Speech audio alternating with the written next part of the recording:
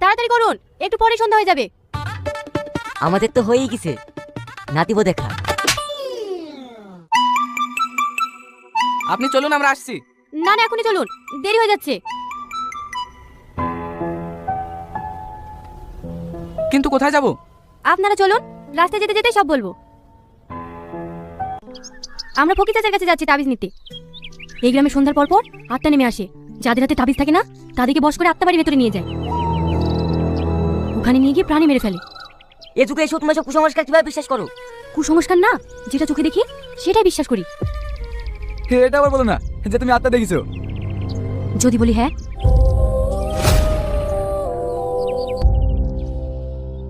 চাচা। সাথীমা, তুমি এই সময় কিছু বলবা? হ্যাঁ, এরা তিনজন গ্রামে নতুন এসেছে, তাই তাবিজ নেওয়ার জন্য এসেছি। তন্ত্র মন্ত্র প্রয়োজন।